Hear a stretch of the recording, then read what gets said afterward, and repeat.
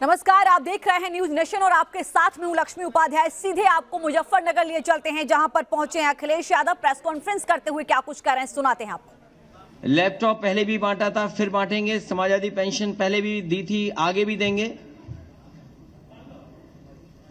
और वहीं मैं इस मौके पर याद दिलाना चाहता हूं भारतीय जनता पार्टी को कि कम से कम अब चुनाव आ गया है, अपना संकल्प पत्र तो पढ़ लें। जो जो वादे किए थे, क्या वादे पूरे हुए हैं?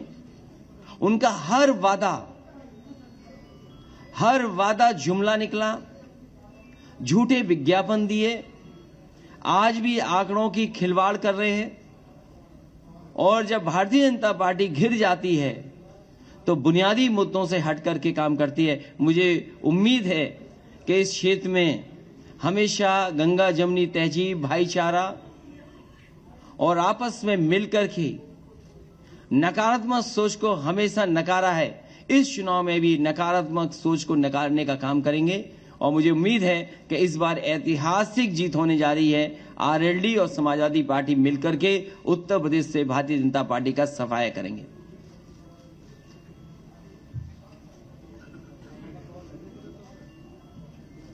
स्टोरी को क्या नाम देंगे? पहले तो यूपी के लड़के थे, महुआ भतीजे थे, अब स्टोरी को क्या नाम देंगे? ये दोनों किसानों के बेटे हैं,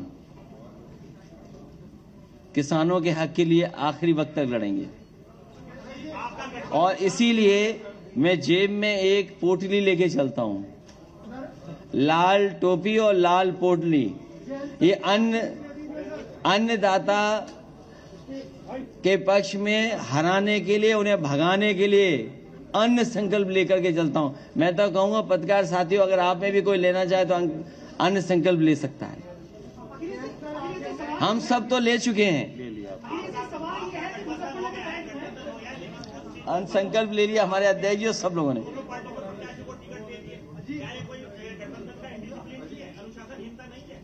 कहां पर? ये हम दोनों बैठ करके तय कर लेंगे। बहुत जल्दी, कुछ आज तय हो जाएगा, कुछ कल तय, कल तक आप देखेंगे सब तय हो जाएगा।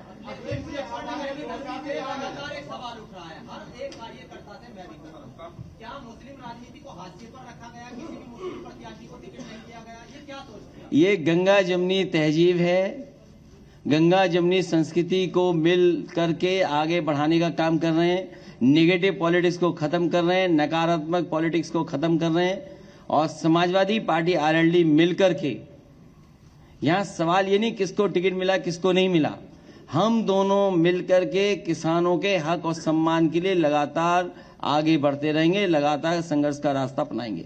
सवाल यह है कि पिछले एक सप्ताह से मुजफ्फरनगर में 2013 की वीडियो मैनिपुलेटेड करके और कॉन्फिडेंस बनाकर वायरल की जा रही है। बीजेपी के लीडर भी जब इलाके में जाते हैं तो वही बात याद दोहराते हैं, उनके बड़े लीडर भी ये कह रहे हैं। तो क्या मौलिकता के आधार पर विकास के मुद्दे पर भारतीय जनता पार्टी बहस से बच रही है? भारतीय जनता पार्टी अभी भी पुराने ही मुद्दे उठा रही है, उनके नेता पुराने ही सवाल उठा रहे हैं। कम से कम भारतीय जनता पार्टी को इस समय आगे कैसे बढ़ें, जहां बड़े पैमाने पे बेरोजगार हैं। आप देखिए क्या हुआ है बिहार में, क्या हुआ है अयोध्या, प्रयागराज में, कितने बड़े पैमाने पे नौजवान बाहर निकल करके आए। किसकी जिम्मेदारी थी परीक्षा को सही ढंग से कराना? आरआरबी एनटीपीसी को लेकर के जो आंदोलन कर रहे नौजवान, कितना अपमानित होना पड़ रहा है उन्हें। सवाल यह है कि नौजवानों को नौकरी रोजगार मिलेगा कि नहीं मिलेगा, लेकिन भारतीय जनता पार्टी से बात नहीं करना चाहती है।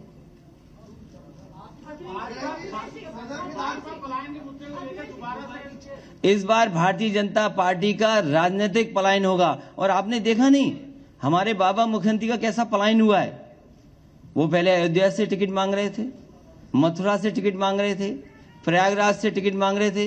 भारतीय जनता पार्टी ने ऐसा उनका पॉलिटिकल पलायन किया है कि उन्हें घर भेज दिया वापस। इलेक्शन में जिस तरह के घोषित प्रतिबंध है सर, जिस तरह के घोषित प्रतिबंध इलेक्शन पर है, आपको लगता है इस तरह की कल्पना आपने इलेक्शन की थी? भारतीय जनता पार्टी के लोग पर्चा भी बांट रहे हैं तो कोरोना फैलाने के लिए बांट रहे हैं ऐसे करके। उन्हें ये नहीं पता, इलेक्शन कमीशन को ऐसे लोगों को एकदम रोक देना चाहिए।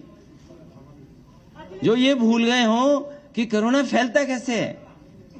मुझे खुशी है यहाँ जितने भी पत्रकार बैठे हैं और हम लोग सब जो इलेक्शन कमीशन की गाइडलाइन है उसका पालन कर रहे हैं।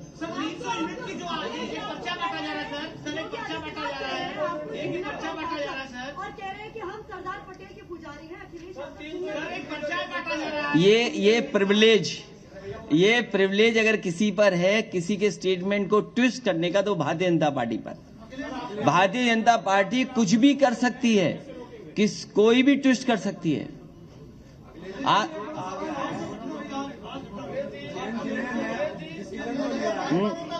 ये तो क्योंकि विभाग मेरे पास नहीं है, विभाग तो केंद्र सरकार के पास है, वही बता सकते हैं। सदर विधानसभा से 2 बार आपने चुनाव लड़ चुके हैं गौरव स्वरूप।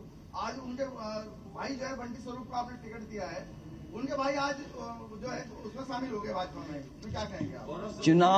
चुनाव से पहले बहुत सारे लोग जाते और आते हैं जिन पर व्यापक समर्थन था, जिनके पास व्यापक जन समर्थन, जनता खड़ी थी साथ। वो देखिए समाजवादियों के साथ आए कि नहीं आए, अभी तक उसकी भरपाई भारतीय जनता पार्टी नहीं कर पाई। भाइयों को तो लड़ते हैं। किसकी?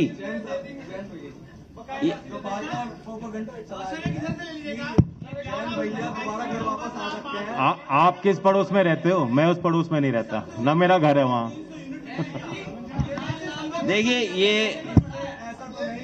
देखिए पर्चे पर समाजवादी पार्टी ने बहुत सोच समझ करके और जो एक्सपर्ट हैं, जो जानकार हैं, उनसे राय मशवरा कर करके ये फैसला लिया है कि घरेलू बिजली और आम लोगों के लिए 300 यूनिट फ्री बिजली समाजवादी सरकार और आरएलडी के गठबंधन की सरकार बनने के बाद फैसला लेगी।